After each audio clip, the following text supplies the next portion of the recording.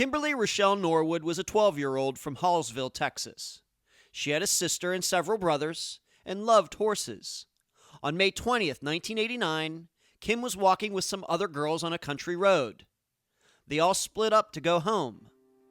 Kim never arrived at her house. She was never seen again. I'm Ed Densel, and this is Unfound.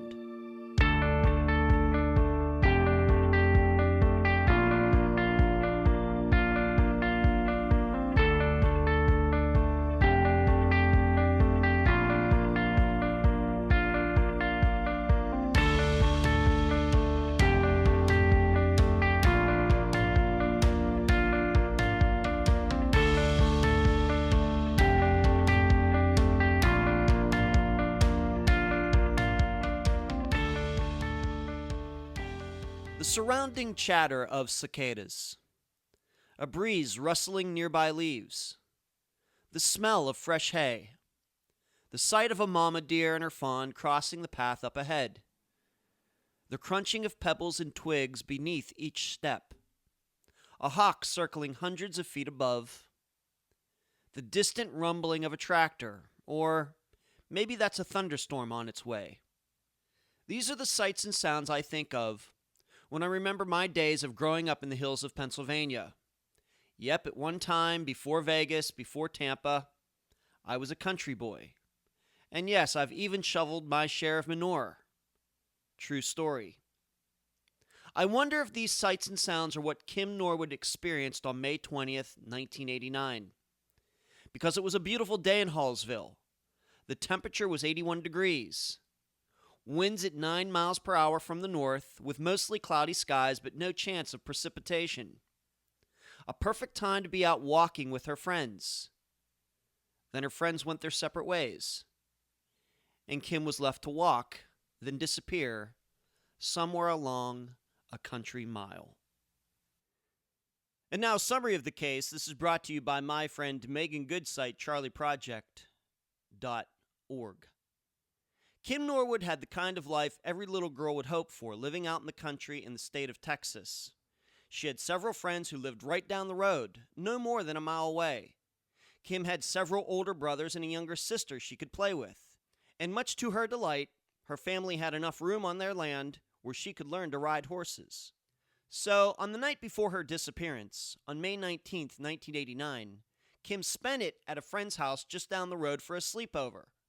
The next morning, she came home to do her chores, but when Kim was done, she went right back down to her friend's house. Later that day, Kim called her mother to ask if she could bring a friend home for dinner. Her mother said no, and her mother expected Kim to come home at that time. According to the other girls who were with Kim that afternoon, just after 5 p.m., they walked down the country road to a point where they would have to split to go to their respective houses. Kim continued on her way alone. She didn't have far to go. She was never seen again. The following points highlight the possible reasons this case is still unsolved after almost 30 years. Number 1, due to her mother going out to shop, nobody realized Kimberly hadn't come home until after 8 p.m. Number 2, an employee of Kim's family just happened to be in the area where Kim disappeared. However, at the time, not even the Norwoods themselves suspected he would have been involved. And number 3, both the other girls and at least one of their siblings have changed their stories over the years about May 20th, 1989, clouding the facts of what happened that day. The Norwoods continue to hope for the best, but they fear the worst in their daughter's disappearance. The interview for this episode is with Kimberly's mother, Janice Norwood. Unfound News.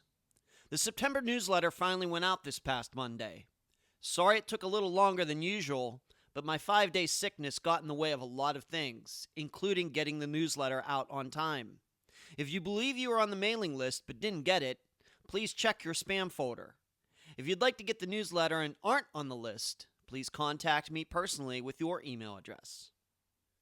Next, I think I found a new way to transcribe the interviews conducted for Unfound.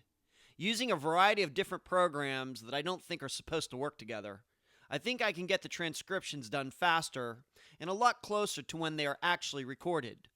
That means the books can get out more quickly, which is a benefit for everyone.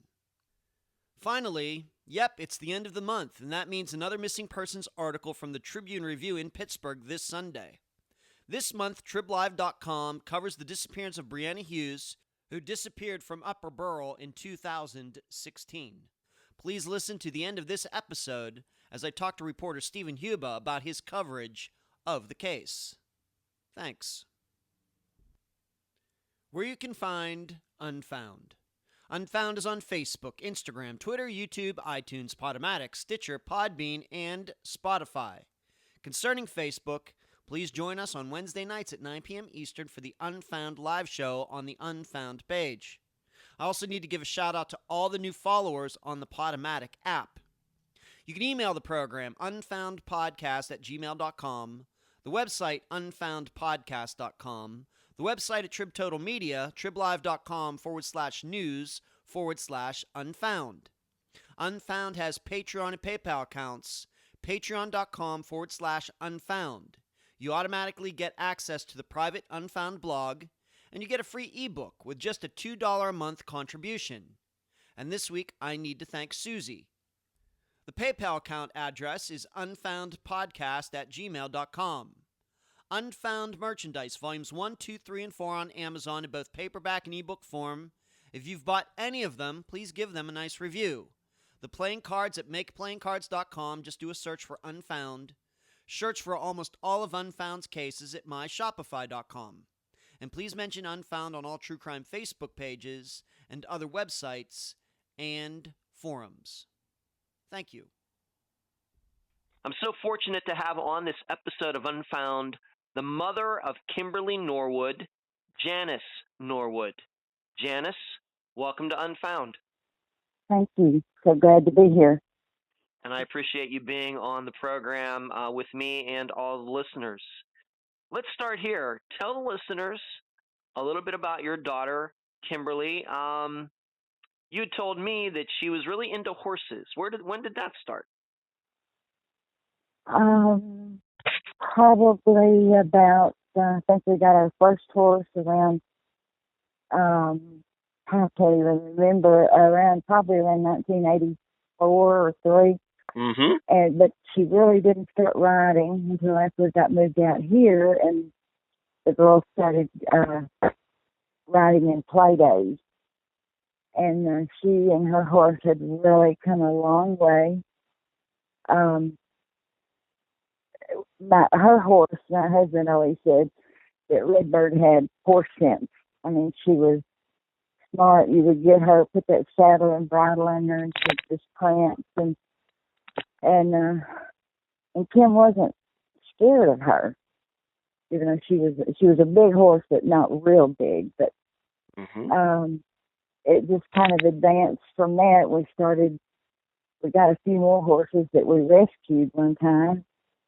And I don't even remember, we joined a saddle club in Hallsville, and they did the play day. So they really just kind of learned as they went. Huh. So you you lived in Hallsville, Texas. So did you live on enough acreage where you could have some horses, or did you keep the horses somewhere else? Or did Kimberly have her horse right there by the house? We live in a subdivision that we had 8.62 acres. Oh, okay. And then later, a few years later, we bought another place down here that had 21 acres. But they really had room to work them and practice. And of course, we'd take them. I took them. I hated pulling a horse trailer. It always scared me. I was afraid I was going to lose a horse. Right. But they still mostly did their learning at the events when they had them. Okay. Now you had some other children, though, besides Kimberly. you had another daughter at least, and did you have some sons? Yes, when we got married, he had one son and I had two sons, and then we had two girls. You had two girls together. Yes, Okay, and you had Kimberly, and she has a younger sister. Is that right? yes. Okay, and so that's almost a little bit like the Brady Bunch, two families coming together, kind of. His, mine, and ours. That's the way it works. Okay, Yeah. okay. And how did Kimberly get along with her brothers and her sister? They were fine as far as I knew. Each kind of each one had kind of a little favorite. You know, it was Michael and Kim, and then Ricky and Pamela. Yeah. They just kind of worked that way. But the boys were. Ricky was 7 when Kim was born, so they were old enough to look after their sisters. Right. When they were around. Mm-hmm. But Ricky was in boot camp when Kim disappeared, and Michael was working for us at the time. So. Okay, so both your younger daughters had 3 older brothers to look out for them. Well, yeah, Bobby's son didn't live with us. Oh, okay. Okay. All right, so you had this big family living in Hallsville, Texas. Anything else that Kimberly you remember? I had read somewhere that she was really good in school too. Is that true? Yeah, she was. This happened like 2 weeks before the end of school, and she was going into junior high school, and she was going to be in 2 advanced classes.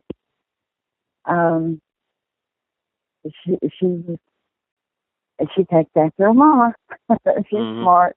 Mm-hmm. I was at one time, but I think those days are gone. But she liked school too. Yeah. And that was kind of different from most kids, you know. Okay. But she enjoyed it. Now, as you think back, anything that any issues she was having? You said like she liked to go to school, but was she having any problems with any other kids? I mean, she's 12 years old, maybe 6th or 7th grade. Any problems with any other girls?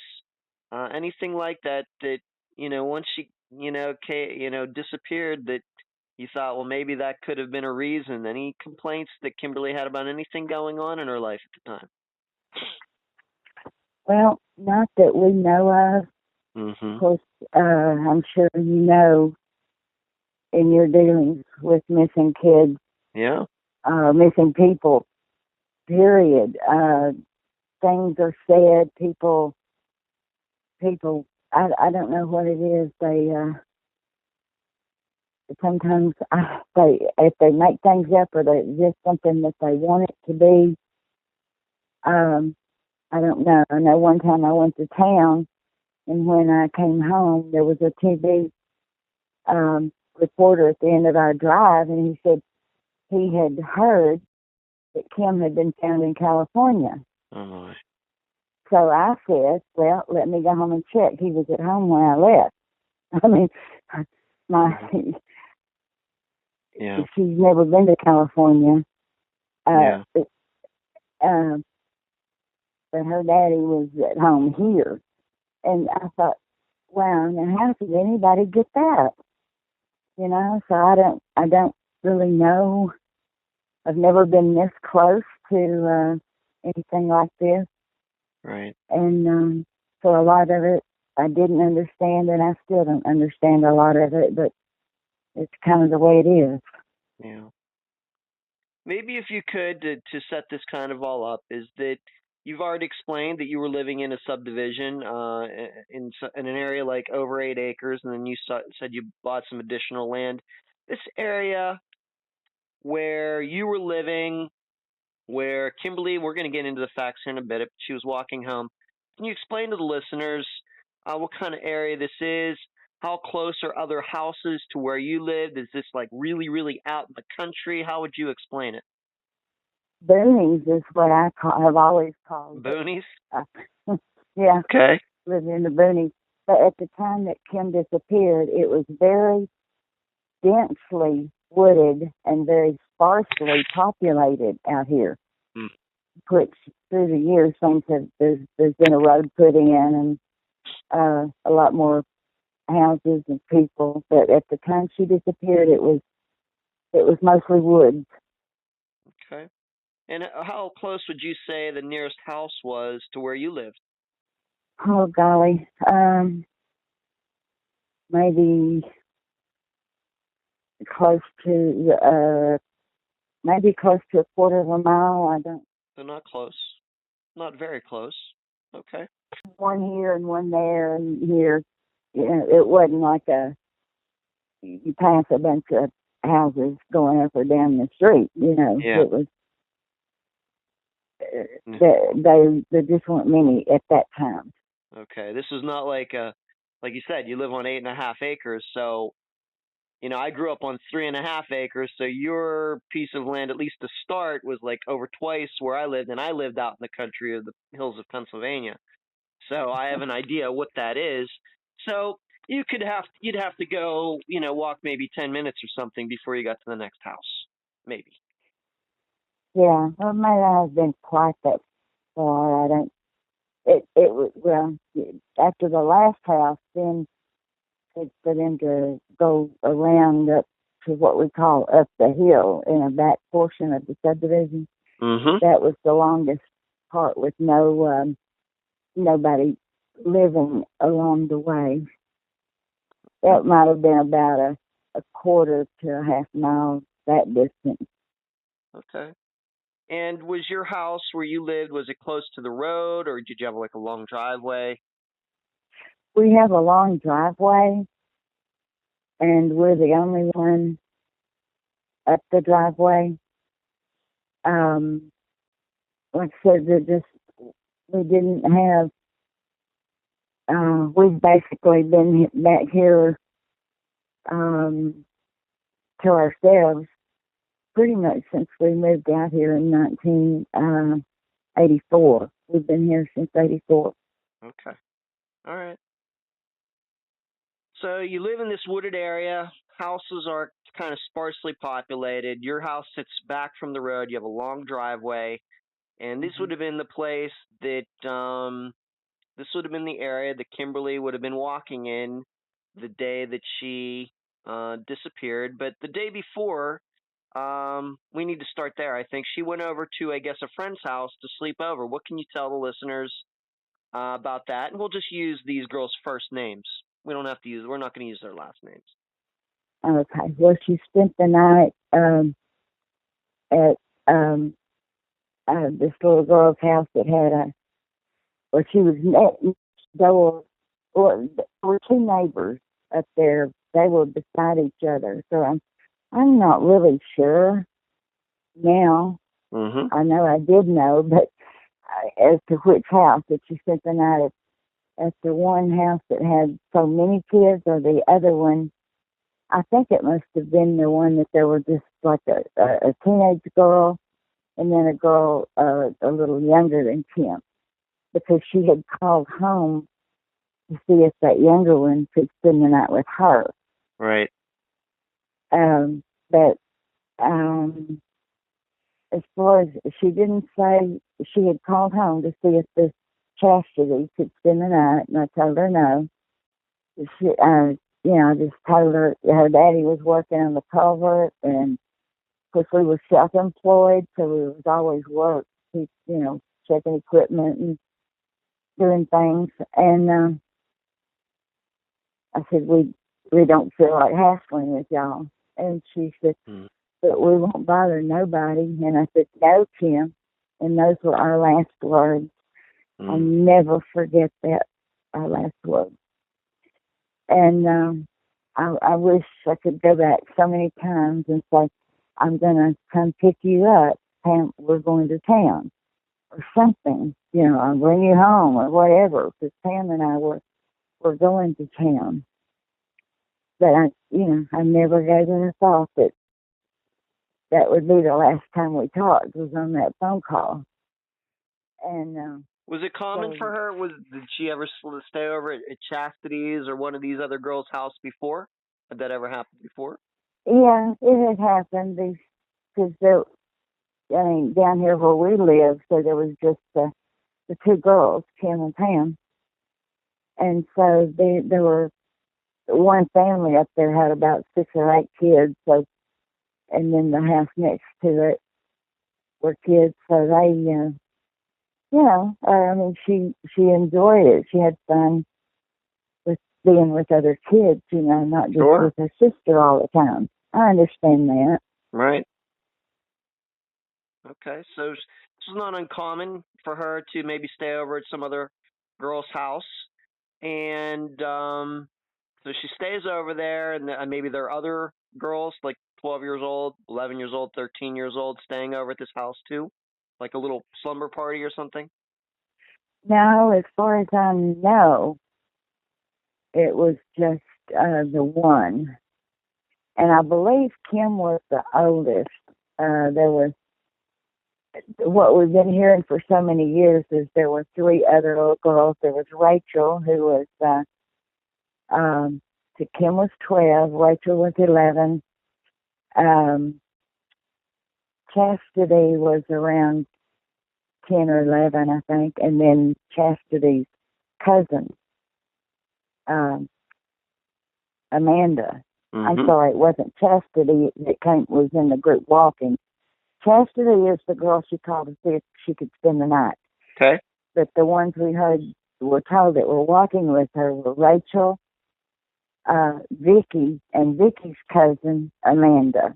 So she stays over at this house, and then the next day though, it's not until later in the afternoon though that she's going to be walking back to your place. And how far would that walk have been? Well, it would have been the full length, which I've never measured, but I think it's pretty close to a mile from our house to the neighbors where she spent the night Friday night. Okay. And was that a walk that she had made before, like maybe coming home from school, or was that pretty common for her? Well, of course, they rode the bus home from school, but if they were in the mood, I guess, to get together and play, they would walk it. I don't know if you did as a boy, but I mean, as a little girl, how you would walk and talk and, just Sure. the giggly. She was 12. She was at the giggly stage. Okay. And the boy stage, like use a can of hairspray on the hair that used to go to the store, something like that. But we've heard though that they had separated. They got to this point, and they turned around, and the other girls turned around and headed back the way they had come from, but Kim headed on home by herself. Okay, so let me set this up for the listeners. So she sleeps over the next day. It's a Saturday. She's with probably the girl that she slept over her house. But there's these other girls, Rachel, Vicky, and Amanda. They're all walking together, and at some point, they turned around, maybe going back the opposite direction. So Kim would have been by herself. Right. Okay. But she had already been home once that day because my husband, back then we had a post office box in town. Mm-hmm. It was the only way we could get our mail. And he had gone in to check the mail, being self-employed. That was how we got a lot of our payments, in the mail. And when he was coming back, the girls were walking. So he picked them up. They got on his truck and he brought her on home, and she cleaned her aquarium and her kitty litter box. She had an aquarium, a cat, and a phone in her room. And they got through, and then they ate just a bite of something. It wasn't very much. And then she said they were going back, so they went back I'm assuming they went back to the, it was one of those houses, or Okay. maybe those, just in between. I'm not sure. And then later was the walking home, uh, when they split up.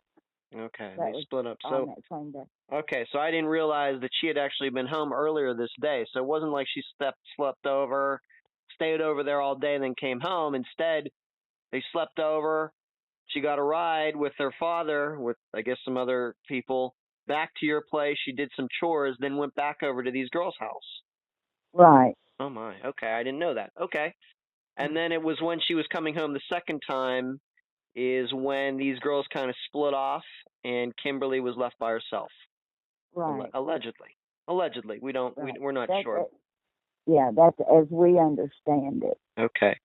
Now you'd said earlier in the conversation that Kimberly at some point had called you. What time was that, and what was the conversation?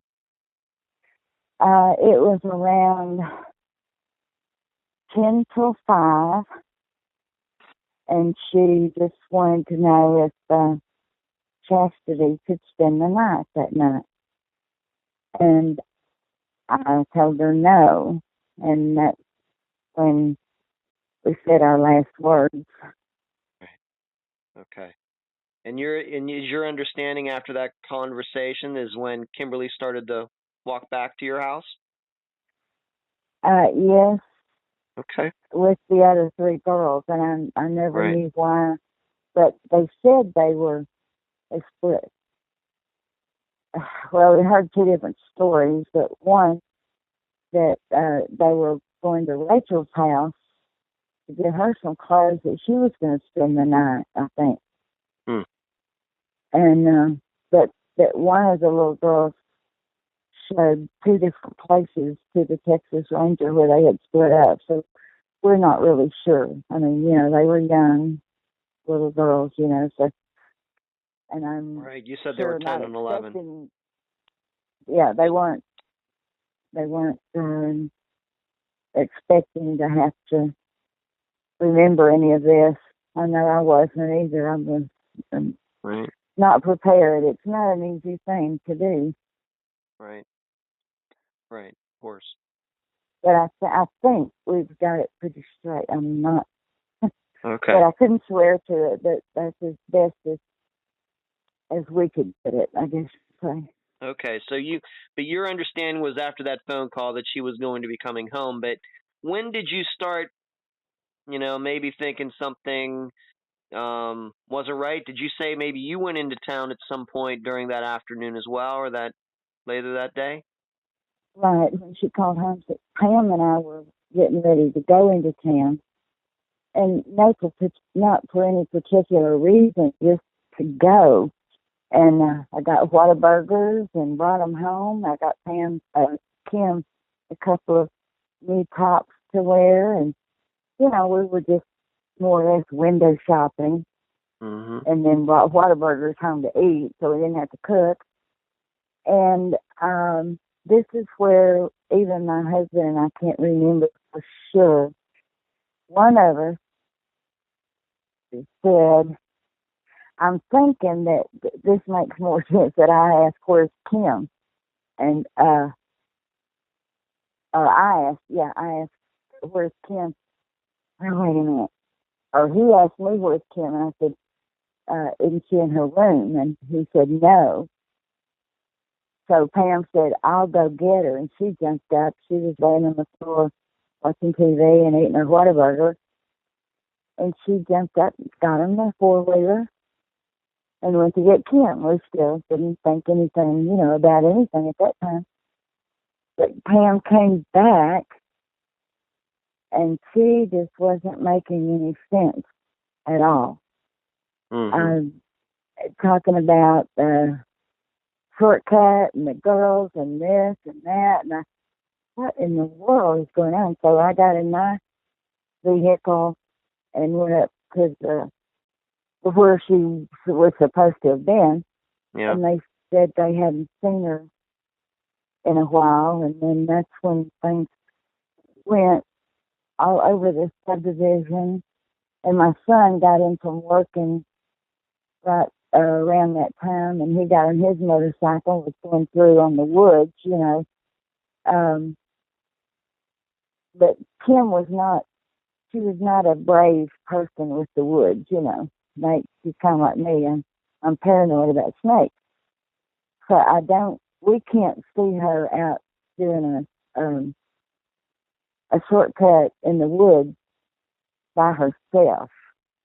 I'm not saying it didn't happen, but we just can't see that ourselves, you know. So if I may ask something, when you went out to get Whataburger, and would you have been riding in the same direction from which Kimberly would have been coming? Would that have been around the right time, or what do you think? Well, to a point. There's this subdivision. You take this road up the hill, and you get to the pond, and you can go right, and we go into Hallsville or Longview or Marshall, but we take a left, and we can go into Marshall or Harleton. But we used to pretty much go to the right toward Longview. But whereas now we go to Marshall, they put roads in and bright tops and things like that. But back then it was just dirt and gravel. And so there's a point there that's what we're not sure. This one little girl said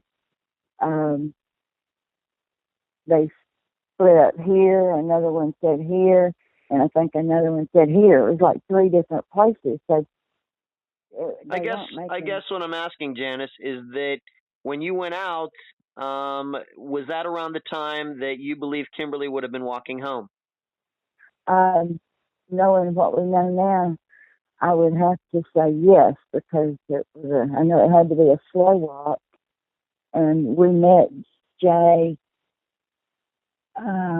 as we were going into town. So from there it took him probably about 15 minutes to get out here. So it would be pretty close to that timeline. Okay. And so it didn't bother you that when you went into town and when you came back, it didn't really say something in your mind? Well, I thought Kimberly was walking home and I didn't see her. That didn't bother you at all, that you didn't see her on the street while you went out or when you came back? No. Okay. It didn't. Not at all. I never gave it another thought. I mean. Okay, that's fine. And what time do you think you got home that day? Oh, golly. I would say, I don't even remember, probably around 7:30 or 8. Oh, okay. That long. Okay. Okay, so you were gone for a while. You would have been going out possibly when Kimberly would have been walking home. You don't see her. And then when you got home, you were expecting her to be there, but you don't see her. You and your husband have this conversation about Kimberly not being around. And that's when the younger sister, Pam, she got on a 4-wheeler to go over to see maybe these other girls' house, and that's when she comes back and says, you know what, Kimberly's not there. That's what happened. That's pretty basically it, yeah. Okay. So what did you do next and you said that Pamela wasn't making any sense, and how old would Pamela have been at this time if Kimberly was 12? 11. 11. 16 months younger than Kim. So. Okay.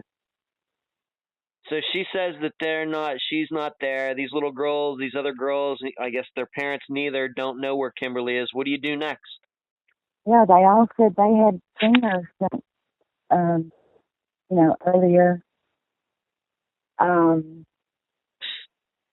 So we went to every place we could think of. We went to the well. We went to vacant houses. We went to people's houses. And nobody had seen her. So then the chief deputy lived out here in that subdivision at the time. Mm-hmm. Went to his house, And that I will say he got the deputies out here really quick, and some people doing search. That I think they did it until around 2 o'clock in the morning, and they said they had killed like 2 cottonmouths that night. So it was kind of dangerous. It had come a big rain the Thursday night before she disappeared.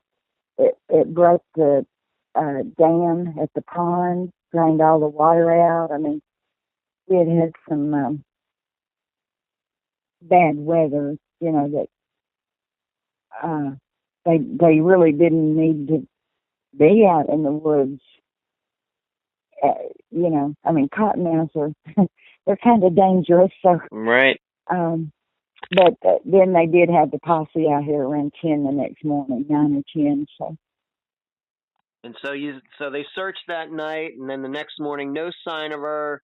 Nobody said they saw her walking on one of those roads by herself. Did the deputies or whoever go over to the parents of these other little girls and ask them if they knew anything? Do you know anything about that? I really don't know who they talked to. We didn't know what to think. We didn't know what we could do. We didn't know, I just assumed we turned it over to the county sheriff's office, and I just assumed everything that needed to be done would be done. So Kimberly was coming home on Saturday, but you're telling me that the deputy, the posse, they searched on Sunday too. Right. Okay. Did they organize? Did they bring in people to go searching through the woods, or did they just kind of ride around? What did they do, at least to your knowledge? Well, we didn't go with the posse. I was kind of stayed home by the phone. I couldn't leave the house. I didn't know what to do. But if I did think of somewhere to go and check, my husband Bobby stayed here by the phone. I would go up to when we checked the well or going to a neighbor's or something like that. I went, and he stayed home by the phone. Yeah. But the posse was out here around 9 or 10 Sunday morning, and I don't remember just what time it was. I want to say probably around 2 or 3. Tom Finley, who was the chief deputy, he came down to the house and said, "Well, I believe he said we found her, or found a woman that knows her, and said she brought her home this morning." I said, "Kim hasn't been home this morning." And he said, "Well, she knows her." And so I asked him who the woman was, and he pointed her out, her name, and where she lives. So my brother was here, and he was a voluntary constable in another county. So he and I went up and talked to this woman. And yes, she took the little girl home, watched her walk through the door to her house, but it was Rachel.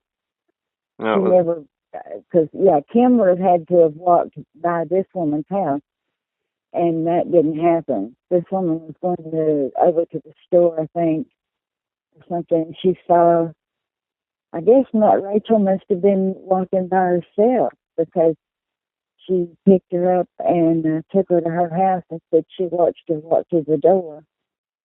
So we had a couple. So we allegedly had a couple little girls walking by themselves that day, both Rachel and Kimberly, seemingly. I guess. Okay. I really don't know. At that point. Okay. I do have to ask. I do want to ask you something about the day before. You were gone. You, of course, were not home. You were expecting, of course, Kimberly to be home by the time you got back from, like you said, you went to Whataburger, did some other things. But your husband was home, Kimberly's father. Was he not? He was working out, I guess, on a culvert, which somewhere on your property. Was he not bothered that Kimberly didn't come home, before it got dark, or? No, he thought maybe I had stopped and picked her up or something. Okay.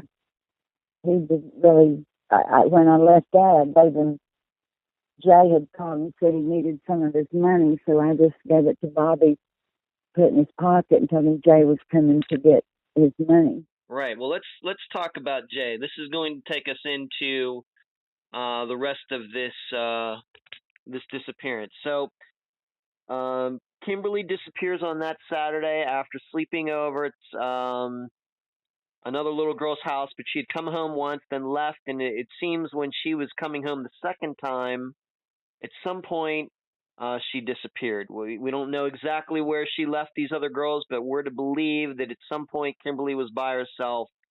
Something happened. And then the police come, the sheriff's office, the posse, you call them, they come, they go riding around, they talk to some people. Nobody's seen Kimberly. They don't find any like a shoe or a piece of clothing or anything else that she might have had with her that day. And it's kind of like she vanished into thin air, kind of. Right. Okay. So this takes us, though, to the next part of this program, and you've already mentioned his name a couple times. I think we first need to explain who Jay Bailey is. Who is Jay Bailey? Jay Bailey was one of our employees. We were self-employed, and he worked for us, and he lived in a little trailer that was on our property. So there was nothing uncommon about him being on the road out here. Mm-hmm. But he had called me, and he had me keep his money put up so he wouldn't spend it. And he had called me and said he needed $20, that his dad was in town and they were going out to eat fish. So it didn't matter to me what he did with his money, but that's what he told me. Okay. So when Pam and I were leaving, going to town, Bobby was working on the culvert still, and I gave him the money and told him Jay was coming to get it. So he put it in his pocket and got back to work. And Jay came and got his money, but Bobby just got right back to work. He didn't see which way he went or anything. Okay, let's just stop right there. How well did you know Jay? I mean, how long had he been working for your family, and what exactly was his job working for you? I mean, first of all, how long had he been working for you? Well, he hadn't been working for us but about probably 2-3 months. Okay, so not very long. No, but he seemed okay. I mean, I hired all my people through Texas Employment Commission, and then the insurance company ran, for insurance or speeding tickets, that kind of thing. Mm-hmm. And I got the okay to hire him, so that's how I did it. Okay. But he didn't have a place to live at the time. He and a friend both went to work for us. They were staying in a tent somewhere. So Jay moved into this little trailer, and there was my older son. So he lived on your property in a trailer. Right. All right. So you would say that he'd been with you 2 to 3 months. So you would say that Kimberly knew Jay. Yes. Okay. And how would you say the two of them got along? Did you ever see them interacting? Anything like that? No. Did you ever see the two talking? I mean, I know 12 years old. I think Jay was in his early 20s. Did Kimberly ever say anything to you about Jay? Well, he's bothering me. Anything like that? No. Okay. Because he came out to get that money. At what time did he get to your place to get his money the day Kimberly disappeared? Well, I met him as I was getting into Marshall, right at the place where he was coming out. And from that point, it would have taken him about 10 to 15 minutes to get out here. So he should have been here by around between 5:20 and 5:30, I would say. which is what time the Texas Ranger thinks that Kim disappeared. Okay, yes. If Kim started walking home almost immediately after that phone call where she wanted Chastity to come over to your place, you said no.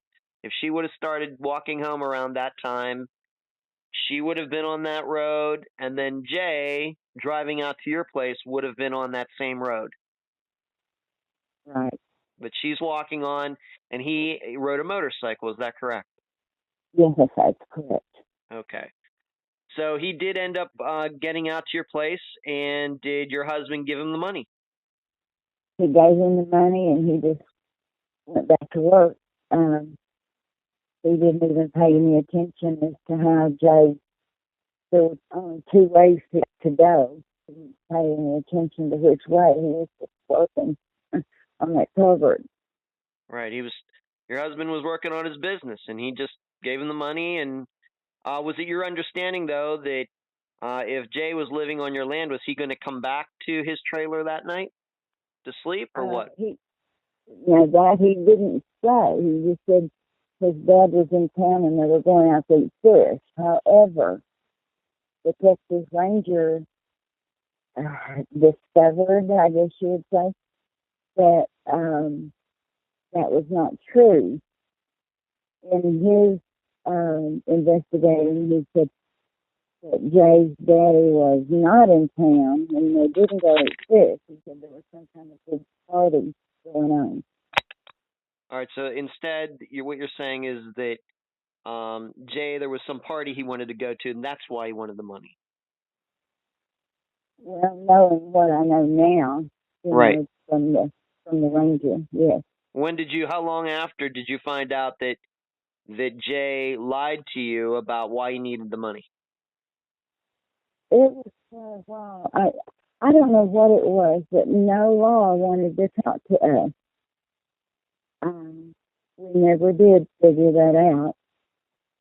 Here we were with a daughter missing, not knowing what to do, where to go, who to talk to, knowing nothing. And they didn't want to talk to us either. They wouldn't pick us up on anything. They wouldn't tell us anything. So after that, it came out. I can't. Let's hold on. Let's break this down maybe a little bit more. Okay. When did you find out? I mean, let me put it this way. When you discovered that Kimberly was missing, you came home that evening. She's not around. Pamela goes out in the four-wheeler, comes back, says she can't see Kimberly anywhere. Did it ever enter into your mind, being that you knew that Jay was coming out to your place, that Jay would have been on the same road at the same time that Kimberly would have been coming home? Did that ever run through your head that evening, maybe into the next day? Did you ever say to the cops, hey, this worker of ours came out here around the same time that Kimberly would have been coming home? Did that ever occur to you at the time?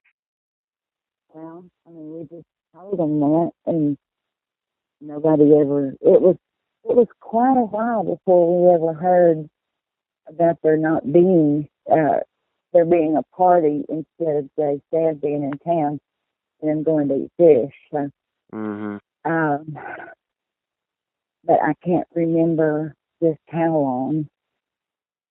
So the police are looking into this. Did they actually eventually talk to Jay about Kimberly? Do I know for that? No. Okay. You don't. That was an assumption on my part because of the Ranger knowing about the party. Okay. So it could be that the Texas Rangers found out about Jay and him going to this party, maybe from somebody else. It could be, yes. Okay. Did Jay Bailey continue to work for you after Kimberly disappeared? Yes, for a short time, and I can't remember just how long it was. But I don't think it was very long. But as far as a time frame, I just can't remember. I can't we have been over these things and over and over and over so much that our minds just get bottled so bad. I just know it wasn't very long. Okay. And did you, once being that he did continue to work for you, even if it was for just a few weeks, being that you knew that he was out to your house at the time that Kimberly might have disappeared, did you ever ask him, did you personally ever ask him about Kimberly's disappearance? Did he see her that day? Did he have any thoughts on it? Anything? No, I don't believe I did, but Okay. Did you ever suspect that he could have had something to do? We don't know. But being that he was in the area on the same day that she disappeared, it's something that has to be looked into. And all I'm asking you is, did you ever suspect that he could have had something to do with her disappearance? no, we really didn't. Somebody said something about it one time, and I do not remember who or just what they said. But I just told him, Jay didn't have anything to do with it. That's what I told him. I just believed that at the time that he didn't. Okay. But I didn't know for a fact. I didn't know at that time, too, that he had lied about the party or anything. So a lot of information that I knew or thought I knew to be correct wasn't always correct. Mm-hmm. And I guess what I'm saying also is, being that he continued to work for you after that, leads me to believe that at least at the time in 1989, you did not suspect that he had anything to do with your daughter's disappearance, being that you continued to employ him. Not, I don't believe it was in that same year. I can't remember just when it was. It was a while because his name did keep coming up, but nobody was pressing anything about him, and we just thought, oh, he didn't do it. Okay, I understand. You don't have, Janice, you don't have to make any excuses. You're just questions. I'm just asking questions that I think my listeners would ask. Yeah. If that's all I'm doing here. Okay, just trying to, okay. because none of us, the only person who knows Jay is you. I don't know him. Listeners don't know him. We're just trying to get a feel for how seriously you might have taken him as a suspect back then, or even since then. Well, yeah, not at first, but now it's beginning to look like it. So that's why we are trying to find out something ourselves now, because the just going any further with it. So we are going to do our own investigating on it. Right. I don't know if I told you too, besides it being so long and there's so much going on, different things, and there were too many people out here that day. One of our employees got married, and there was more traffic, and different things. But I have cirrhosis, which does affect the memory really bad. Mm-hmm. So, okay. So you know, I understand. I know this is not easy. Yes. I try to remember that I've got it. Sometimes it's so. I understand. I remember the main thing. My daughter's missing, and I want to find her, and that's bottom line. What I want, and I don't know. I don't know how to do it. I'm trying. Now, there was something we have to remember, that day you had said that Jay wasn't in a car; he was riding a motorcycle. Right. Okay. Was there some report out there, or you told me something might have been hypnotized, that somebody might have seen Jay with Kimberly on the back of the motorcycle? Do you know anything about this? Yeah. There was Ronnie told us this. This was from the Texas Rangers, but it was quite a while. He didn't come right to us and tell us that it had been a while that he told us that a woman that lived out here up that back way, like where the neighbors lived, where Kim had spent the night Friday night, up in that vicinity, that was coming home, what we call the back way of the subdivision. And she said they met a motorcycle with two people on it, and she swore it was Kim on the back. So Ronnie had her hypnotized, and he said she did, under hypnosis, come up with 3 or 4 of the digits in his license plate. Huh. Well, that's interesting. I don't know how I feel about hypnotism as far as crime solving, but that is interesting. But we should say, for the record, there's been nothing that has ever come forward since 1989 that shows that Jay had anything to do with Kimberly's disappearance. Right? Nothing. In fact, the only reason we're talking about him is because he happened to be in the area at the time that Kimberly disappeared. Right. That's it. I mean, and once again, he worked for you. He worked a little for you a little afterwards. I'm guessing that he was a decent employee, and even at the time, at least to start, you didn't have any suspicions of him. No, we didn't. Okay. My sister-in-law told me later, though, that she did, but Mm-hmm. she didn't know him as well as we did. I mean, we trusted him enough that a month after Tim disappeared, we got a coal mine down at Big Brown that our employees had to stay down there all week in a motel and work, and just got to come home on the weekends. And we had Jay in charge of that, you know, because he seemed like he was older and more responsible than the others that we had to do something like that, you know. And we had no qualms about doing that, but there's just been so much more coming to light. Let's move on to something else. You had told me this milk carton story. What is this story? And you said that this happened around 1993, so approximately 4 years after Kim's disappearance. What is the milk carton story? May not have been that long. I really can't remember, but there was a man from Shreveport, Louisiana, who contacted us. He had one eye. He wore a patch in one eye. And he is in prison now for being a pedophile, I believe. But at the time, he seemed like he really wanted to help us. He said he wanted to get Kim's picture on milk cartons, and he did do that. But I haven't heard from him in many years because he is, as I understand, still in prison for, I guess, sexual abuse or pedophile. I'm not sure just which, but he just turned out to be not exactly what we thought. Mm-hmm. And wasn't it that you had told me that they found a bunch of milk cartons with Kimberly's picture in his attic? No, this was last fall, say October, November. Okay. Sometime in there.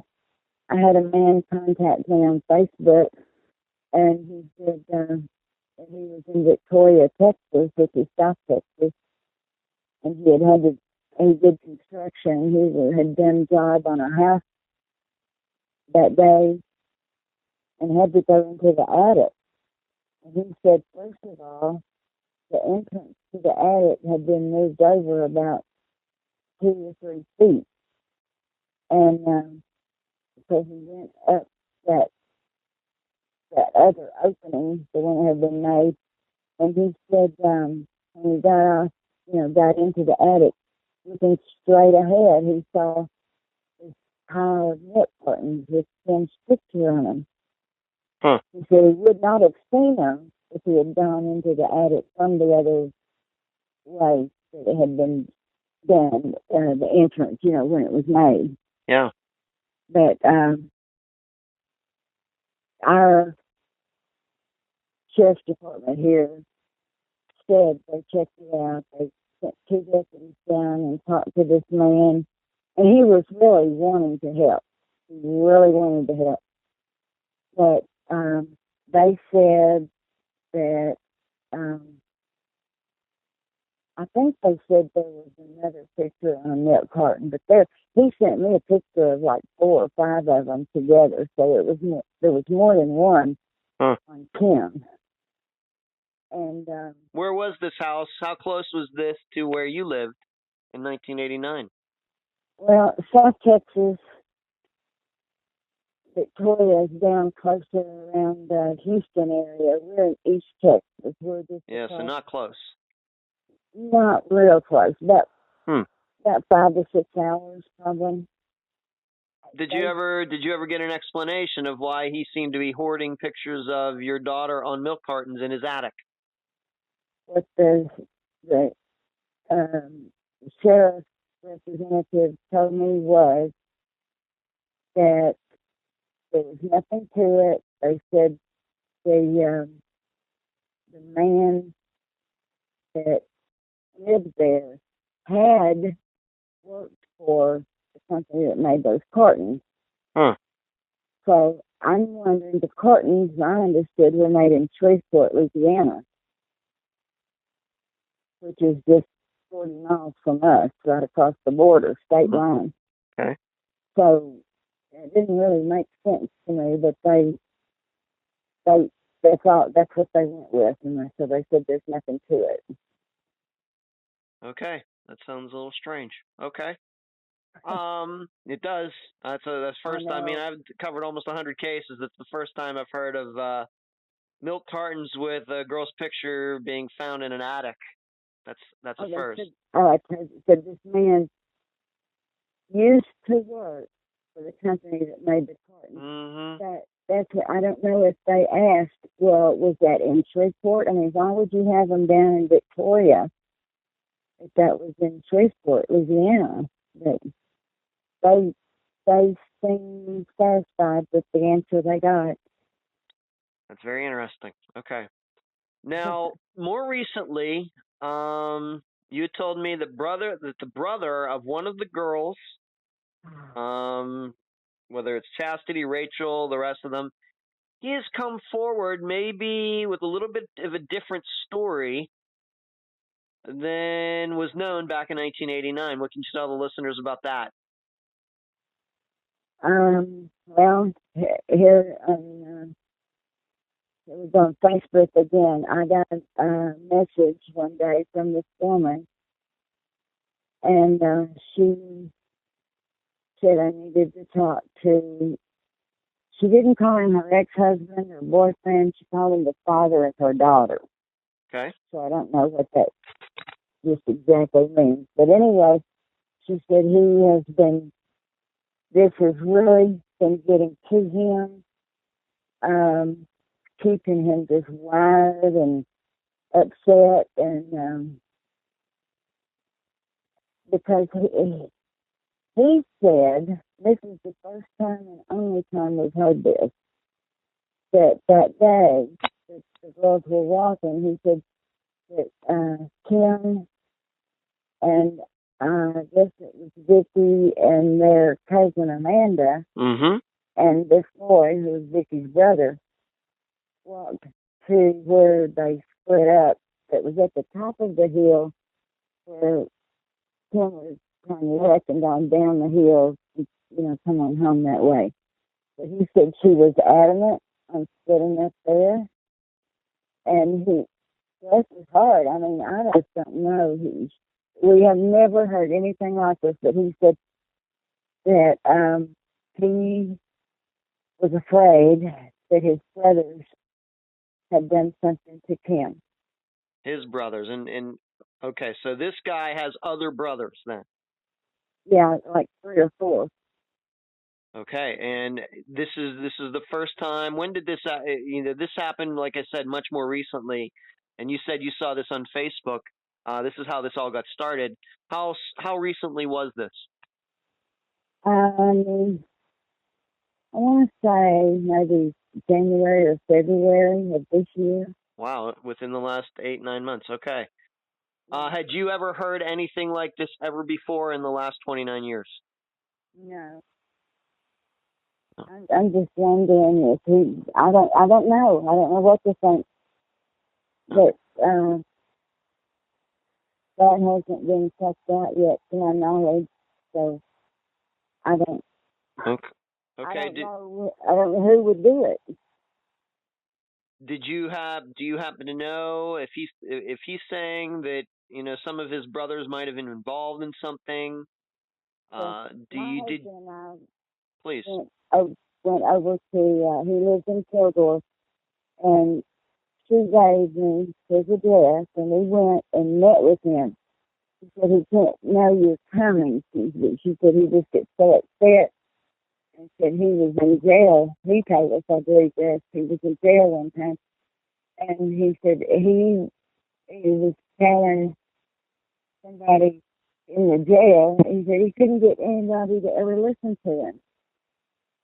So I mean, I was listening, but what he thinks happened was that they split up there at the top of the hill, and Tim was going on down by himself with plans to meet his brother or brothers. They were going to go through the woods back closer to their house and meet somewhere down there in the woods around the bridge. And he said he tells them when he sees them, he says, "I know what you did. I don't get it. I really don't, but I can't get anybody to who to." And are you saying that this guy is saying this is now in jail? Not now. Not now. He had been at one time. He said he was trying to get them to listen to him. Mm-hmm. He said they wouldn't listen to him. Okay. And he was 6 then, so he's 35 now. He's not old. He was 16 at the time, 35 now. And he is making the allegation that he knew something, he thought it was possible that his brothers might be involved in Kimberly's disappearance. Have any of the girls ever said any since then, since January, let's say, of this year? Have you been able to talk to any of the girls and ask them about this? I have talked to Rachel. All the others have gotten out of place. However, I did find Vicky, who was this boy's sister, on Facebook, but I'm not pressing anything. There's someone else trying to get to talk to her, but I have talked to Rachel. I called her, and she said she was hypnotized too, but I don't think anything came of it. But she said it's like spooky, scary. She said she just couldn't come out here. It still, upsets her. She had a friend that had lived out here, and she hated to even come out here to see her, because of what had happened. So, but Well, what did she say when you asked her? You know what this guy said? He said that his brothers might have been involved in Kimberly's disappearance. What did Rachel have to say? I haven't talked to him since we talked to David. Yeah, we haven't talked to Rachel. Okay. So you haven't had a chance to ask any of these girls from 1989 about what this guy said this year? No, I'm trying to find somebody to do it and do it right, because we don't know what we're doing.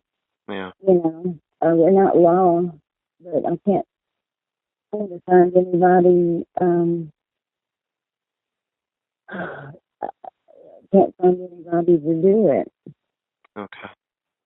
Well, I have to tell you that this story does somewhat intrigue me, because it's sometimes these things can be kept secrets for a long time. Yeah. Sometimes, and I can't say that I can completely rule out what this guy is saying now. I'm just gonna have to think about it. Well, that being the first time we heard anything about it, we kind of have a hard time believing it. But there again, it can't be overlooked, is our feelings. It just needs to be checked out better. Yeah. or needs to be checked out, period. Well, To find out just what the story is with that, but we don't know how to do it. Well, speaking of that, maybe there's somebody that could help you with this. And I know you. I don't know if you've brought his name up quite that much yet, but his name is Greg Until, Mengel. Why don't you tell the listeners about him and how he has been helpful to you over the years? yeah, he was, when Kim first disappeared, he was the first person from an organization, missing child organization, that came out. He was with the Texas Association for Stolen Children. And he made several trips out here, talked to people. He talked to all those girls. He was really doing his work from California. Mm-hmm. These people couldn't do it around here, I don't know. But then he started his own organization, which is Interstate Association for Stolen Children. And he is still, he told me that every time we talk, he says Kim's picture is still sitting on his desk. She was kind of had a hot spot with him, I guess. And but there were things that he didn't even want to tell us that he's now telling, like about Jay being arrested, I guess. Right. I just never understood when nobody wanted to tell us anything. But Greg he has been so much help. He's put so much time into this case. But we're still not there yet. We've still got some looking to do. Right. And we need to tell the listeners that what you said about Jay Bailey being arrested at one time, there's an allegation out there that he had a felony charge brought against him for beating a woman up at some point. Right. Right. Although I've not personally looked for it, you personally have looked for times. You've not been able to find any record of that. Although you have found other charges like speeding tickets, things against Jay. As far as any felonies, involving violence, you've not found anything like that. I haven't. I Okay. just heard it was in the newspaper, but we didn't. I've not seen it. No. Okay. And is Greg do you still talk to Greg to this day? Oh yeah, just talked to him yesterday. Okay. Well, maybe he might be a good person to have talked to these girls who are now, of course, grown women about what this other guy said earlier this year. Maybe he could do that for you. Maybe. Yeah, well, he's trying. I think he has friended Vicky on Facebook, found her, so I got her to be my friend, but we just didn't, with what she's been through with her brothers, we didn't want to, get her upset. They did things to her, and I don't quite know how to handle it, so that's why we need someone. And we have, through the years, we have had 3 different sets of private investigators, and right. I want to talk. I'm going to talk. We're going to talk about that in a bit. Okay. We'll talk about that. What's going on, but I want to talk to you about a bill that you tried to get passed and how the police tried to fight it. We're not all lawyers and politicians here. What actually were the generalities of what you were trying to do and why the police were seemingly trying to fight it? well, I don't remember now exactly how the bill was reading, but our state representative at the time, I talked him into writing a bill to help missing children in the state of Texas, all of Texas, not just Kim, all of Texas. And we went down to Austin to testify for the bill. But when we met with him, he told us, he said, it's not going to go through. The fiscal note was too much. how do you put a price on a child's head? I just owe her life. I don't know. But it did not go through. And I am going to start working on that again because we have too many missing children that need to be found. They want to be found and they need to be found. So that hopefully I can get that done. And you did say that the police would not support it and they actually fought it. You told me in a prior conversation they brought like mountains of paperwork with them to the courthouse or however. I mean, why were they against it and what point were they trying to make? Why were they against it? I have no clue. But all I do know is they walked in that courtroom with a dolly loaded with boxes. And they said that was everything from Tim's case. And they started off, one of them said something about, well, there's been a lot of lying in this case. The judge said she did not care about that. We don't know what that they meant, but they were just trying, I don't know why they would fight a bill to help missing children in the state of Texas. I never could figure it out, but that is what happened. And what year was this that this happened? Do you remember? It was 1992, I believe. It's been a while. Yeah, it has. Oh, I'm gonna have to wonder if there are any records online where we could get some more specifics on that. Let me just ask that again in case the listeners missed it. You wanted this bill passed, and these deputies or whoever they were, they brought in a dolly, allegedly with boxes of all the work they did on Kimberly's case. Right. Yeah, I don't believe that for a second. I do not believe that. I'm going to tell you something you may want to cut out now. I don't know. But I think I told you this. I don't know. My memory like this. But we were told 3 years ago, I was told by a woman out here in this subdivision that when all that Kim's case came back from Austin, it did not go to the sheriff's office. It went into an attic of a house in Kilgore. Did I tell you that? You did tell me that. Yeah. You did tell me that. And whose house would that have been? Well,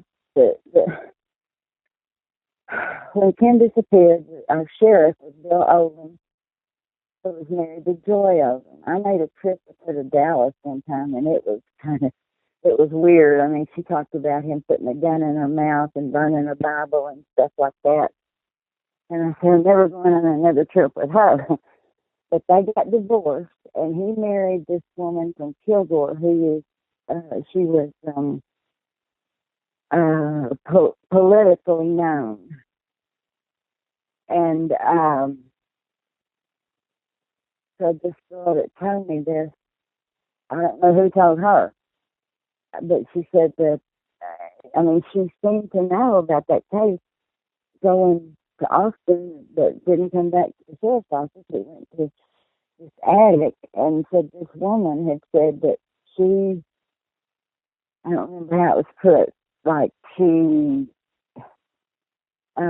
they, like she didn't want to be ugly to her, or demanding or something. I don't know if she said it right. She said she would burn the file. And I mentioned that to Jay at the sheriff's office after that didn't go through with the milk cartons. I said, well, do you know about the lead about Kim's file being in that attic in the house in Kilgore? And he said, no, and I should not have told him. I know I shouldn't, but I did. So they never called me to tell me anything, give me any results or anything. But I had called him and asked him about that, and he said, no, there wasn't anything to it. Said they checked with the family. Do you think the family's going to say yes, it's there? I mean, I just don't think they knew how to. I don't think they know how to investigate. Yeah. Well, here I don't know what to make of all that. I mean, as you would suspect, Janice, I hear a lot of crazy stories, and I do. Yeah. I'm just being honest with you. That seems Well, if sounds any to of me them like a are little bit of a half as crazy as ours, you. yeah. Well, I hear a lot. And some of those stories, a lot of those stories don't make it onto air because I dismiss them as being rumors and everything else. I personally don't know what to make. There's a lot of shady cops out there, a lot of shady things going on out there. But here's what I know. There is no way that the sheriff's office or whoever else had enough paperwork on your daughter's disappearance that they would need a dolly to bring it in. That was a show. That was a put on. Okay, that's pretty much what, and I'm not saying that to make you feel bad, but I'm telling you, in 1992, there's no way that any police department in Texas, sheriff's office, anywhere, would have had collected enough information that they would have needed a dolly to bring it all in. Okay, Yeah. that was Several years ago. They finally let us come in to look through the file, and there was hardly anything. There was right. one box and hardly had anything in it. Yes. So. This is why there's something going on there that was going on there in 1992. I don't know exactly what it was. Yeah, But that's what a bit. I mean, you wouldn't have known that then, but I know it now that was some sort of put on. So, being that, I mean, who knows what were in those files? I mean, it might have been all just blank paper. We don't know. I don't know. We had always been told there were two different files on it. I don't know why that either, but Yeah. Do whoever is in this Kilgore house, this house in Kilgore, are they still there? Do you even know? I didn't know. I looked her up one time, and I don't think it had an address. It just had who she is and things she's done, like that she was a politically known person. Mm-hmm. All right, I don't know what to make of that. The listeners will make that, and you know, I I have a lot of of listeners. I have a lot of listeners in Texas, and I'm telling you, at least a couple of them are going to look into all this. I can tell you that for sure. You know, Oh, so that would be so awesome. I don't know what to make of that though. I don't live there, but now that it's out there, hopefully some people will look into it and maybe be able to give us some more updated information. It is a crazy story though. Now, you have told me, and you've kind of said it already in so many words throughout this interview, of how, you know, it's been almost 30 years, and obviously it's been very horrible, just about as bad as anything that can happen to a parent. But, you know, your family has suffered financially, etc. Can you tell the listeners a little bit about that? Yeah, we were self-employed, and after Kim disappeared, I could not leave the house. The phone. I had to stay by the phone. I just couldn't leave. And Bobby he was afraid to leave because he was afraid I might get bad news and have a heart attack or something. So our business after that just was up and down, up and down. And the sheriff's department tried to split us up. They tried to mess up our business, which they had a good hand in. What do you mean? Why do you think that was? You mean split us up? You mean they tried to turn you against your husband and your husband against you? Yes. That Frank Garrett said to him, he wasn't even supposed to be in there. It was an illegal polygraph. He wasn't supposed to be in there. He was a deputy. He was supposed to be the guy that asked the question. But he said at one point, he said, we know you killed her. Now what'd you do with her? Hmm. And if I had known that, so, I mean, they came right out and said that. And then one time I was in there talking with him and Claire Harrell, who were in CID then, and something was said about, I told him something about him saying that, and he said, Well, I didn't say that. I said, yes, you did. And he said, well, it's a game, kind of a game. I said, this is no game. This is our daughter's life we're talking about. So that's just, you wouldn't believe. I mean, I could tell you so much, you're not even after it. It's just pitiful. It really is. So they were trying to put it on. So they were trying to say maybe that your husband did something to his own daughter to cause her to disappear, and then calling him, saying he sexually abused her, etc. Yeah, they brought cadaver dogs out one time. Didn't find anything. Well, I take that they did find one spot where we had to bury a little coat that was born in the wintertime, and it froze because we didn't even know big Redbird was pregnant. But that was it. That was it. They had our culvert dug up with the county sitting there all day, and the DA sitting there all day with a warrant. So they were really trying to pin this on Bobby or you or the both of you. Right. Rather than going to who needed to be talked to and investigating. I mean, there's times when I wish I knew what to do with it. I wish I could afford to get a private investigator license. If nothing else, just to work our case, because there's so much. And I finally figured out they don't know how to investigate. It's the way they're handling all this. So. No. Anyway. No, you told me that over the years, you've had 3 different private investigators, and, right. You've paid them to do things, but they haven't been able to do much. Right. And you told me once again that financially, it's taken a toll on you emotionally, financially, spiritually. I mean, everything. Just every facet of your life has been damaged since 1989. Oh.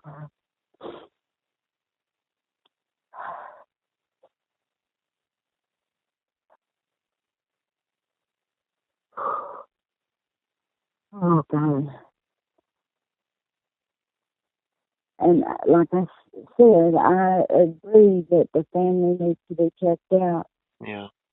But do that right off the bat. Do it. Get them cleared or charged, whatever.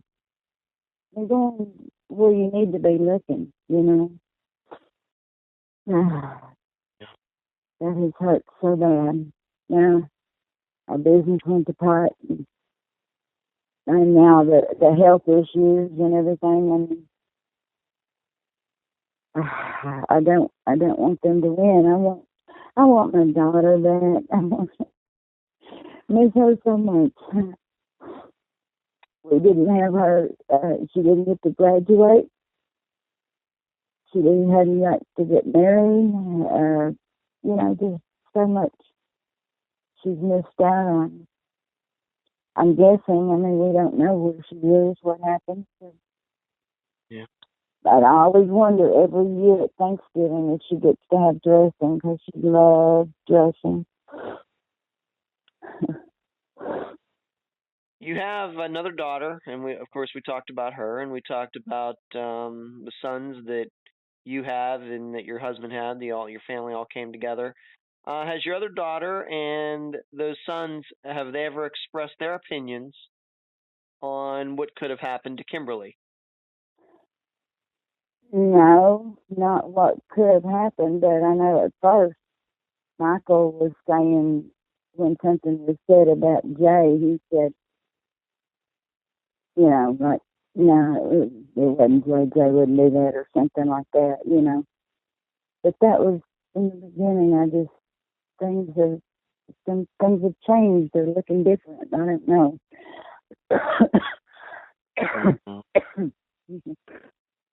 So they have their opinions, but they're not very sure either. No, there's nobody sure of No. anything. And Yeah. I appreciate your help. It's just, I just don't know what to say.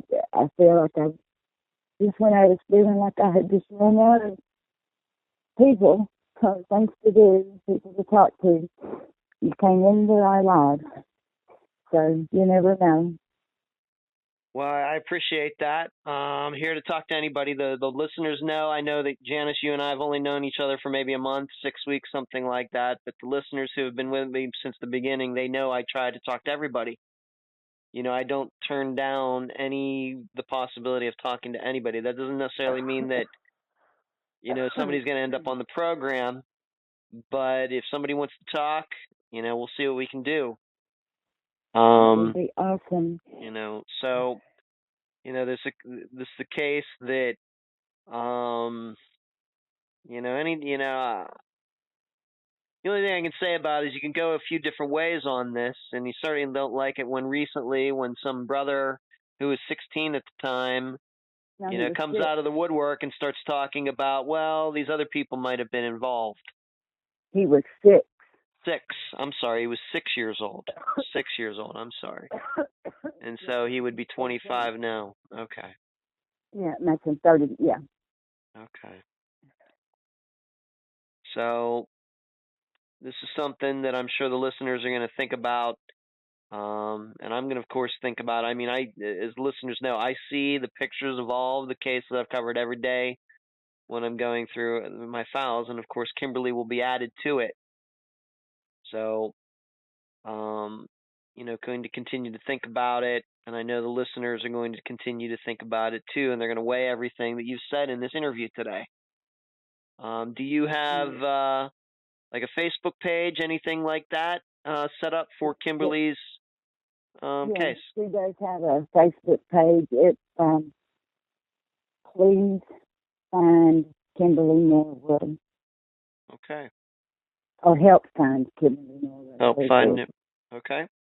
I will link to it, and by the time that the listeners hear this interview, they will surely be familiar with that.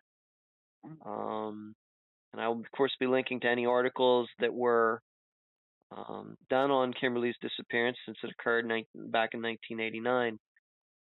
Anything else before we complete? Anything else you'd like to say, Janice, before we complete this interview? I can't think of anything right now other than if there's some way that Kim is hearing this. I just wanted to know. I'll never quit. I just, hang in there. And I hope she's out there. I hope she hears this too. And I hope that you two can be reunited. That's all. It's always the hope. I mean, after 29 years, it's the best hope we can have. Miracles do happen. I just wanted to thank you for being on this episode of Unfound. Thank you again for helping us. We appreciate it so much. You're welcome. And that was my interview with Janice Norwood, mother of Kimberly Norwood. I thank her for joining me and all of you on the program. I don't think I can overstate the pain the Norwoods have gone through since 1989. I didn't want to hit it too hard in the interview, but there's not one part of their life that wasn't affected negatively by Kim's disappearance. Spiritually, emotionally, mentally, and financially. Pain that continues to this day. This is why I reassured her publicly during the interview that no matter what happens, I will always be here for her and her family. So, what happened to Kim? Did Jay Bailey snatch her? Was he a sex offender in the making? Or did he take her for a harmless motorcycle ride and he wrecked and she got hurt? So he covered it up. It certainly doesn't look good that he lied to the Norwoods about why he needed the money. If he could lie about that, he could lie about a lot of things. The problem I have is that it's not like he was driving a van where he could have thrown Kim in the back and took off. Surely more than that one person who needed to be hypnotized would have seen Jay with Kim on the back of the motorcycle that day. Moreover, what kind of guy is going to kidnap a little girl using a motorcycle? Not a very smart one. In addition, if you've seen the maps I posted on Instagram and Facebook this week, the belief is that Jay came in from the totally opposite direction from where Kim was walking. There would have been only a very short piece of country road where the two could have crossed, like a quarter of a mile at most. Also, the sound of a motorcycle on a quiet country day carries quite far. They're usually louder than cars. Yet none of the other girls heard any vehicle at all when they were walking home, as far as we know. And none of them mentioned seeing a guy on a motorcycle, furthering the idea that Jay did not drive to or from the Norwood residence on the road on which the girls were walking. Also, Janice herself was on the road on which Kim would have been walking, at least for a partial amount of the time. She didn't see her daughter, but she did see Jay on his bike in Marshall. That's how him needing money all got started. So I'm going to ask a very serious question. Are we totally sure Kim and her friends walked that country mile right after Kim got off the phone with her mother at like 4:50 p.m.?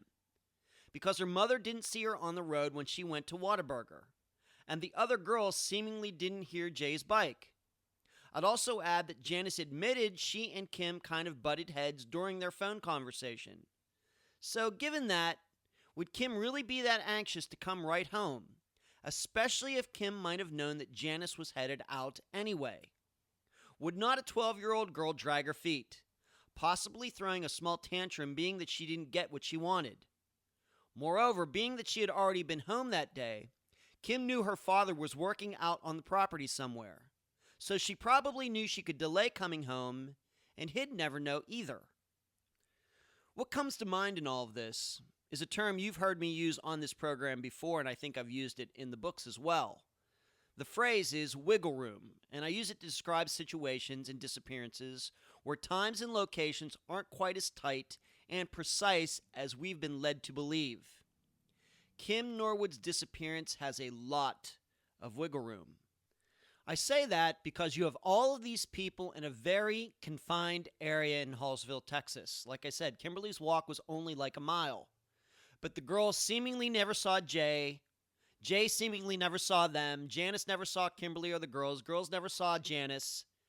And if we are to accept what the official timeline has been since 1989, that if Kimberly did get snatched by somebody, the timing would have had to have been so precise, nobody saw anything, nobody heard anything, that it's a little hard to imagine. I wonder if you think the same thing. Then on top of that, you add in the recent statement by one of the brothers of one of these little girls, and I really don't know what to think. An addendum. After recording the summary that you just listened to, I was able to get in contact with one of the girls, of course, who is now a grown woman, who was with Kimberly the day that she disappeared. And I'm recording this on the morning this episode came out on September 28th, 2018. I got to speak to her yesterday. We spoke for about 45 minutes. We had a pleasant conversation. I believe that she was honest with me. I don't believe that this woman knows anything about the disappearance of Kimberly Norwood, except for what she, of course, personally experienced that day, being one of the last people to see Kimberly.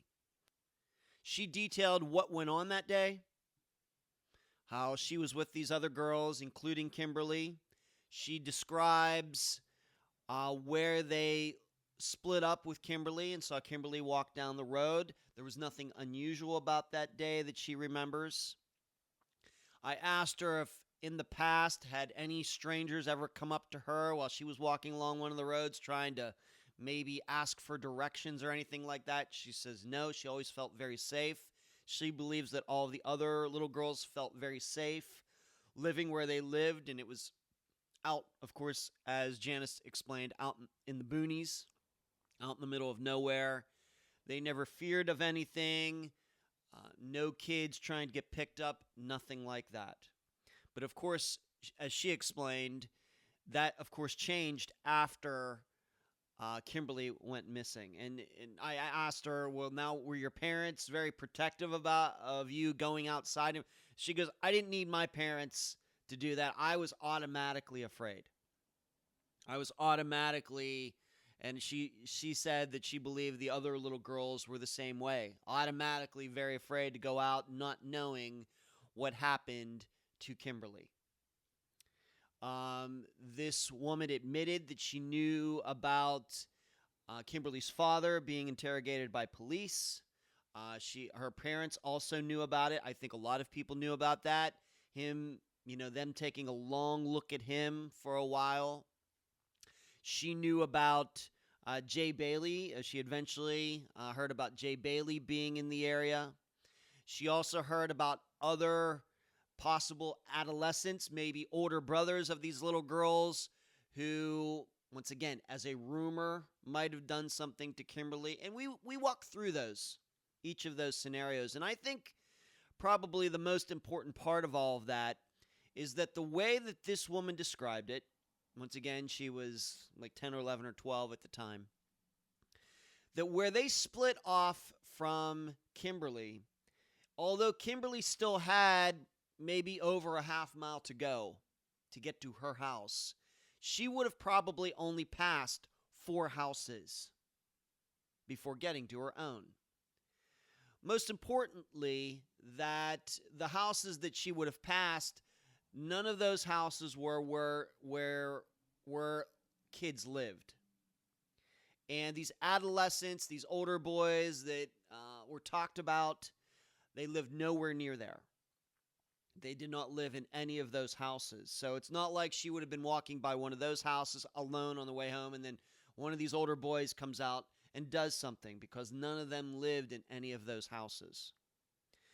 The only way that could have happened, as she and I talked about, would have been if Kimberly, for some reason, did a U-turn once those girls were gone to go back to the other direction for some reason, or these older boys just happened to be down there on that road leading up to her house at the time that Kimberly was walking home. And that is not something that this woman knew. She didn't know anything about that. Of course, even in a small community like that, lots of rumors circulating around that I'm not going to go into because, as with a lot of cases that I cover, a little outrageous. So I'm going to dismiss them at this time. But we did talk about Kimberly walking home. She doesn't remember Kimberly being in any sort of bad mood or anything like that, even though her mother had just declined Kimberly's desire to have another girl come over and stay over that night. And to her, all these years later, almost 30 years later, it is still a huge mystery to her. And she does know Janice. And this woman would love for Janice and her family to find out what happened to Kimberly. But I'm not sure, as much as I liked talking to her, and it certainly gave me some insight, and I'm trying to pass some of that insight on to all of you, I still feel the same way I did when I recorded the summary before I talked to this woman, is that I still get the feeling that there is quite a bit of wiggle room in all of this regarding locations and times and things like that. Here's what I don't think. I don't think that some random stranger just came along and swiped Kimberly up. Simply because of the location, simply because this woman said that she never saw any strange cars around that area at all. Nobody ever tried to pick her up or any of her friends up, at least to her knowledge. So I'm glad that it was actually Janice that arranged for me to talk to this woman. I deeply appreciate Janice doing that for me, and I just wanted to pass that on to all of you. With that, I'll leave the rest of the theorizing up to you. Now listen to my interview with Stephen Huba, where we talk about the disappearance of Brianna Hughes from Upper Borough in Pennsylvania in late 2015. I'm so happy to have back on Unfound the writer and reporter from the Tribune Review in Pittsburgh, Pennsylvania, triblive.com, of course, Stephen Huba. Stephen, welcome back. Hi, Ed. Thanks. Good to be with you. This month, people are listening to this. This is for September 28th. episode of Unfound, September 30th, TribLive.com, along with the printed edition of the Tribune Review. We'll be covering the disappearance of Brianna Hughes from December of 2016 from Upper Burrell, an area I know well. You've gotten to speak to, I guess, her mother and some other people. Why don't you just tell the listeners a little bit about what you did and preview the article? Okay. Yeah, I met with Brianna's mother last week at her home, and we talked about the last time that she saw Brianna. Brianna was around age 32 when she disappeared, and her mom last saw her in December of 2016 when Brianna showed up at her back door. She had recently been released from the Allegheny County Jail and had hinted at possibly going back into rehab. And she wasn't in that great of shape when she showed up at her mom's house. And she had been dropped off there by somebody, but the car was still in the driveway. And Brianna's mom was not aware initially that there was a car in the driveway. Anyway, when the driver drove away with Brianna, she wasn't able to get a license plate or anything, but that was the last time she saw her daughter. However, she believes that there were sightings of Brianna on into early 2017. Wow. So over like 2 weeks to 3 weeks later, really? Even longer, like mid to late February. Huh. But that would have been in the Homewood area of Pittsburgh, on Frankstown Road, and it's not a real good part of Pittsburgh. Rough area, that's true. Yeah, and so there were sightings of Brianna in that area on into February that Paula learned about, and she finally reported Brianna missing in March because Brianna, she has 3 children, and she was always very faithful about staying in contact with her kids, especially on her kids' birthdays. Mm-hmm. And one of her children's birthday was in March. She never got in contact with her, and that was a telltale sign to Brianna's mother that something was amiss, and that's when she reported her missing. Right, that was like the point she knew that something was really wrong. Other things, maybe not talking to her daughter, Right. maybe for a month, something is one thing. Not showing up, not calling or anything for a child's birthday, something else. That's serious. Yeah. Right. Yeah. You mentioned this person who, I guess, dropped Brianna off and then I guess waited until Brianna left. At this point in 2018, police still aren't sure who that person is, are they? In fact, you've had a chance to talk to the Upper Borough Police. Yeah, and the Upper Borough Police Chief has taken a particular interest in this case, and his department has investigated it. They've distributed missing person posters, especially in the Homewood area. Mm-hmm. And there was some suspicion that the woman who was driving this car might have been involved with a prostitution ring in the Pittsburgh area. Yeah. But that has not gone beyond the realm of conjecture or suspicion at this point. Just a possibility among many. Yeah. Okay. Being that Homewood is involved, of course, that's nowhere near. Of course, people out of the Pittsburgh area wouldn't know that, but Homewood is nowhere near Upper Borough. Would that be the Pittsburgh Police? Did the Upper Borough Police Chief getting any cooperation from Pittsburgh Police, or is he pretty much on his own doing that? Do you have any idea? The involvement, my understanding of the involvement of Pittsburgh Police has been minimal. Okay. And it was handled. It's being handled by the Upper Borough jurisdiction, just because that was the last place where there was a positive sighting of Okay. of Brianna, Okay. i.e., at her mother's home and by her mom, who lives in Upper Borough. Right. So, And I got to speak, of course, to Paula over a month ago now, but very shortly. And there was a connection with Brianna and Homewood for some reason. Did she know a guy down there or something like that? Am I remembering that correctly? yeah, the father of one of her children Okay. All right. So lived or lives there. okay. So there is a possibility that those sightings might be true, being that she did know somebody that was in that area. It wasn't completely random.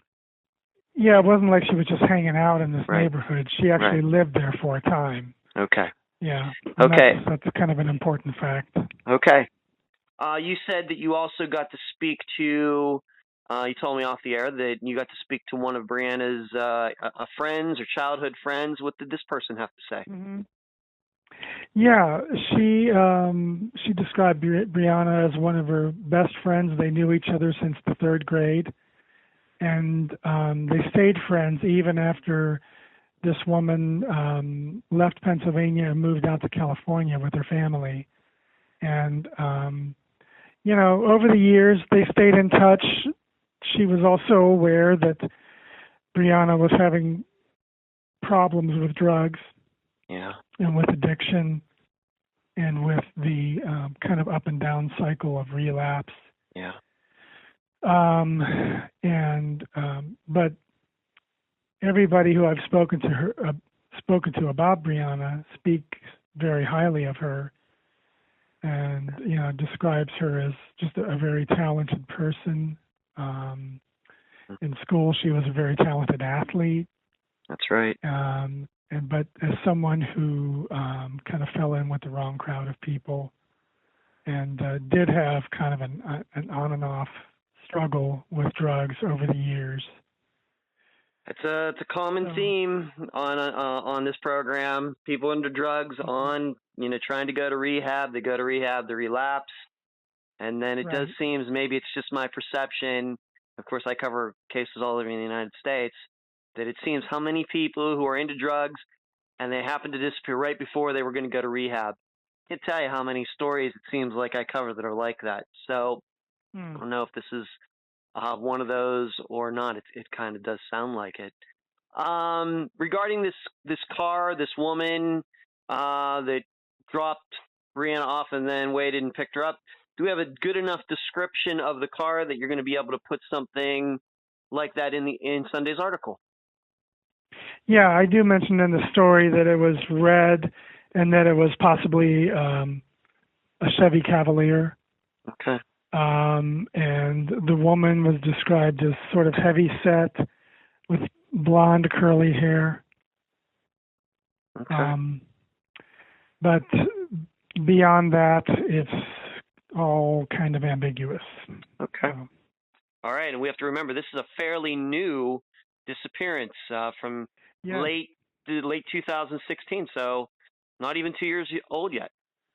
Correct. Okay, yeah. so okay. And the police chief very much, like I said, he's kind of invested in this case, and he very much wants to see it solved.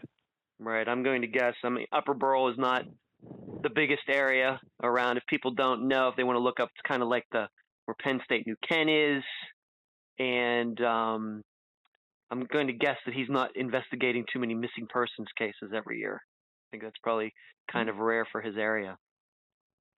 Right. And Brianna's mom said that she hopes that because of the recency of this disappearance, that some renewed attention through the story will maybe break something loose or prompt somebody to come forward with some new information. Yeah, absolutely. Let's hope for that for sure. Absolutely. And being that it's fairly new, that has at least a decent chance of happening. Of course, you and I, of course, you wrote about, of course, the little girl from 1962, Marianne Verdecchia, who disappeared in 1962, over 50 years old. And now we have this very new one that, hopefully somebody will do the right thing and come forward. Right. Okay. Well, Steve, once again, thanks for all your hard work, and thanks for joining me again on Unfound. And I want to remind everybody they can find this story this Sunday, September 30th, at triblive.com. And if you are in the Pittsburgh area, it will be in the print edition of the Tribune Review on Sunday. Steve, thanks for talking to me again. Thanks for your time, Ed. All right, Steve, take it easy. And that's the program. If you found it informative, please go to the app that you use to listen to Unfound and give this podcast a nice review. I thank you for listening. I'm Ed Densel, and you've been listening to Unfound.